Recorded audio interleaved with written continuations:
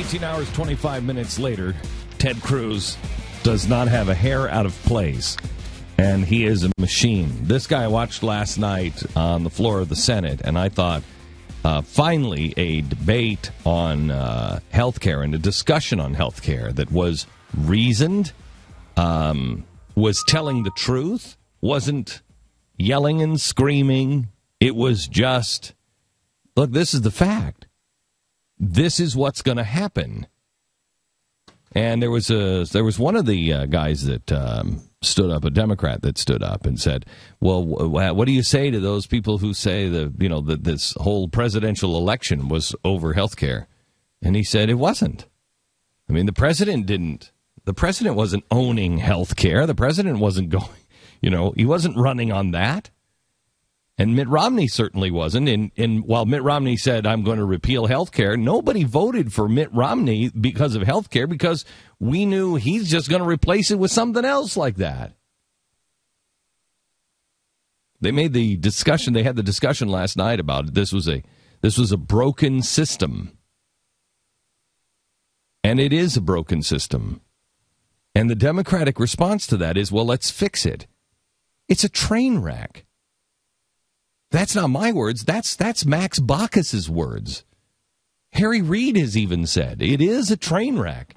Well, why would you let a train wreck happen? It hasn't happened yet. You're seeing this train move towards the American healthcare system at slow speeds, and you're seeing it come, and you're saying this is a train wreck.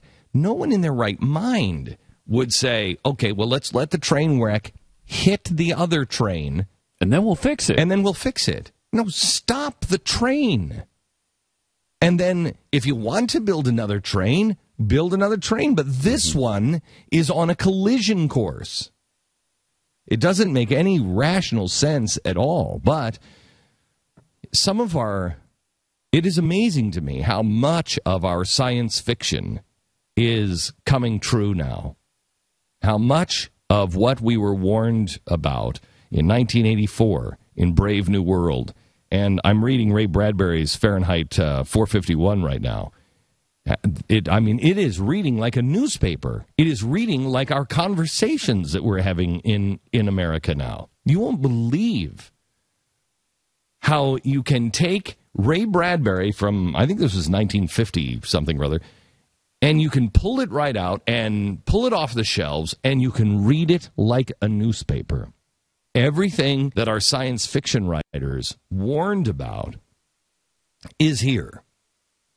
And by the way, John Kerry is now promising to sign the UN Arms Treaty. What's in this UN's arms treaty has nothing to do with small arms with the average citizen. But if you believe that opening up the Pandora's box of signing anything from the UN and signing any kind of UN arms treaty, you're out of your mind. Let me go to the filibuster. Mike Lee, Marco Rubio, Rand Paul helped. Here is a year ago, Ted Cruz talking about a year ago, things were different, but times have changed.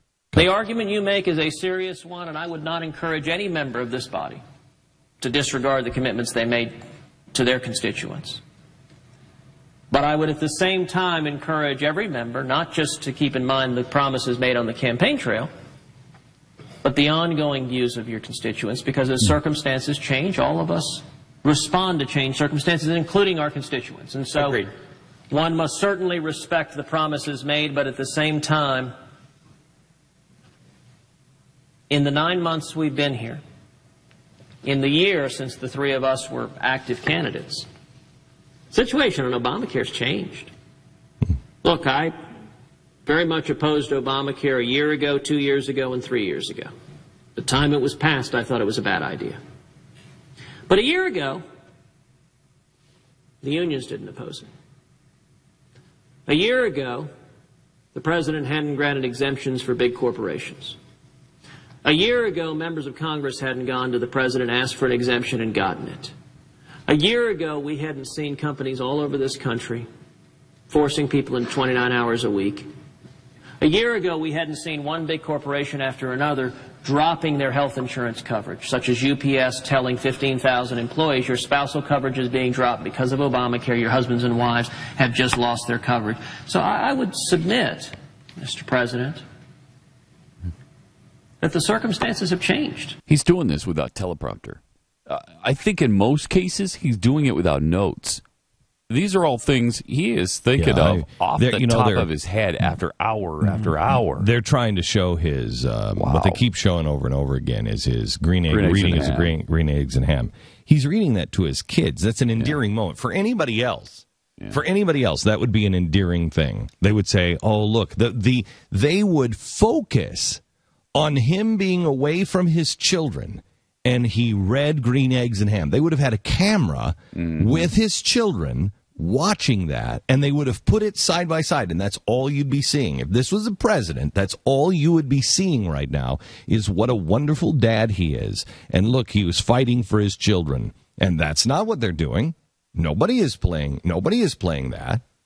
It's just the silly moment where he reads Dr. Seuss. Yeah, and they're like, look, he's reading Dr. Seuss. Out of context. This guy is... I watched him last night, and I thought, this guy's the president. This guy's much more presidential. This guy is so cool under pressure. Again, I ask you, look at the live video that is happening right now on theblaze.com. Look at the live video, and look at him. He's been going now for 18 and a half hours, and his tie isn't even undone. Now, I personally... God, the second I'm out of church, man. Oh, my gosh. That tie is completely undone. He's not rumpled. Pants are unbuttoned. He looks, belt is off. Wait, where do you go after church? That's before you even make it to the car. All right. Now, here's something else that he said. Quit over Obamacare, cut 431. Yeah, this is, I guess, a lot of congressional staffers are quitting because of the care that they're about to receive. What does it say if Obamacare is such a disaster that congressional staffers, and mind you, a lot of these congressional staffers who may tender their letters of resignation are staffers working for Democratic senators who drafted Obamacare, who fight for Obamacare every day. What does it say that staffers would be willing to quit because the quality of health care under Obamacare would be so poor that they'd rather go somewhere else rather than be subject to those laws? I think that speaks volumes. These are all great points he's making. These are great points that you just don't hear. You just don't hear anybody. That's why they've granted. You hear the part that they've granted themselves an exception. Yeah. But you don't hear that it's because all of the staffers are quitting. I was so outraged last night as I was watching this, and I was thinking, and I kept hearing that they have a special exemption. I know that, and I've heard that. But the more you think about it, the more you realize, who do these people think they are? They're granting themselves the exception, and we can't have it. We don't have that power. We can't do that. They can say, look, everybody else, but we're different. And the president did the same thing for major corporations. I don't know why liberals aren't incensed over this. Major corporations get it. I think it's the worst part about it. It's like you can say, all right, well, they can get an exemption because, it would change the structure. What their argument is they would essentially be a pay cut for all these staffers. And look, they deserve pay cuts. But beyond that, if you want that, go through the process of passing a law that says you can do it. Don't just do it. It's not in the president's health care system. It's not part of it. They just decided to create it out of thin air because, in theory, they meant to do it originally. That is not how the law works. Go through and have people vote on it so we can see you, on record, go up and vote for your staffers to get an exemption out of the plan you love so much. That's supposed to be the repercussions of this stuff. Instead, they just do it, and it's up to Ted Cruz to, at 3 in the morning, start talking about it. Here is cut 399. The president said that premiums would go down. Do you remember when President Obama was defending the Obamacare bill? He told the American people, he promised the American people, he said, as a result of Obamacare, the average family's health insurance premium will drop $2,500. And he said, that's going to happen by the end of my first term. Now, Madam President, I would point out the president's first term ended 9 months ago. And by the end of the president's first term, that promise was proven not just a little off the mark, not just kind of sort of a little bit not entirely accurate. It was proven 100% categorically, objectively false. Let me suggest to every American, if your health insurance premiums have dropped $2,500 as the president promised you, as the president promised the average family, so that there would be tens of millions for whom that was true, then I would encourage you to enthusiastically stand up and defend Obamacare. And the next cut, 409. And the fact that this body is so torn apart by the notion that each of us would be subject to Obamacare, subject to the same rules the American people are, it just highlights how broken Washington is. Let me read. I've been reading Ray Bradbury's Fahrenheit 451, and I want you to listen to science fiction. Now, science fiction is not a predictor of the future. It is, they take trends that they see, and then they put them in the world that they're in now. So this is 1950. And so you'll hear, swell. Things are swell. Because it's 1950. I want you to listen to this. This is the fireman who goes and they burn books. And so it's the fireman talking to the 17-year-old girl on the way home. And people don't talk to each other anymore. And she says... He says, hang on, now I've just lost it here. Here it is. Why aren't you at school? And she said, oh, well, they don't miss me. I'm antisocial, they say. I don't mix. It's so strange. I'm very social indeed. It depends on what you mean by social, doesn't it? I mean, social to me means you talk to people about things. She rattled on about chestnuts that had fallen off the tree in the front yard. You talk about how strange the world is. Being with people is nice, but I don't think it's social to get a bunch of people together and then not let them talk, do you? An hour of TV class, an hour of basketball or baseball or running, another hour of transcription history or painting pictures, and then more sports. But, you know, we never ask questions, or at least most don't. They just run the answers at you, bing, bing, bing, and us sitting there for 4 hours of film teacher. That's not social to me at all. It's like a bunch of funnels and a lot of water poured down the spout and out the bottom, and them telling us that it's wine when we all know it's not. They run us so ragged that by the end of the day, we can't do anything but go to bed or head to a fun park to bully people around. We break window panes in the window smasher place, or wreck cars in the car wrecker place with a big steel ball. Or we go out to the cars and race on the streets, trying to see how close you can get to lampposts, playing chicken and knock hubcaps. I guess I'm everything they say I am, all right. I haven't any friends, but that's supposed to prove I'm abnormal? But everyone I know is either shouting or dancing around like wild people, beating up on one another. Do you notice how many people hurt each other nowadays? He says to her, you sound so very old. Sometimes I think I'm ancient.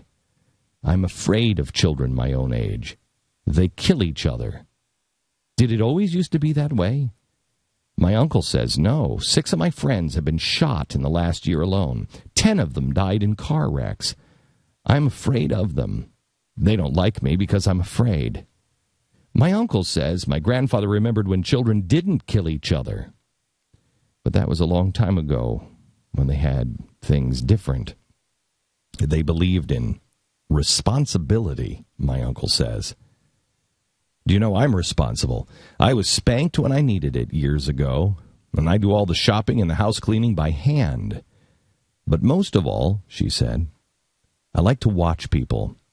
Sometimes I ride the subway all day, and I look at them and I listen to them. I just want to figure out what they are and what they want to be and where they're going.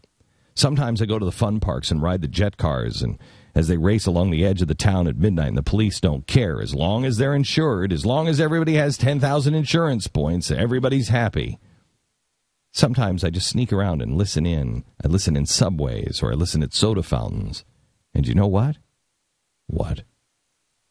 People don't talk about anything. Oh, they must, he said. No, not anything.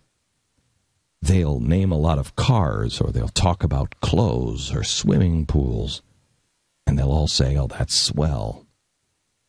But they all say the same things. Nobody says anything different from anybody else.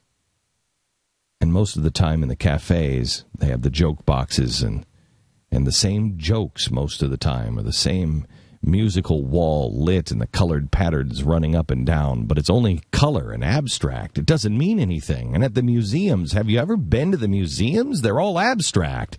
That's all they are now. My uncle says it was different once.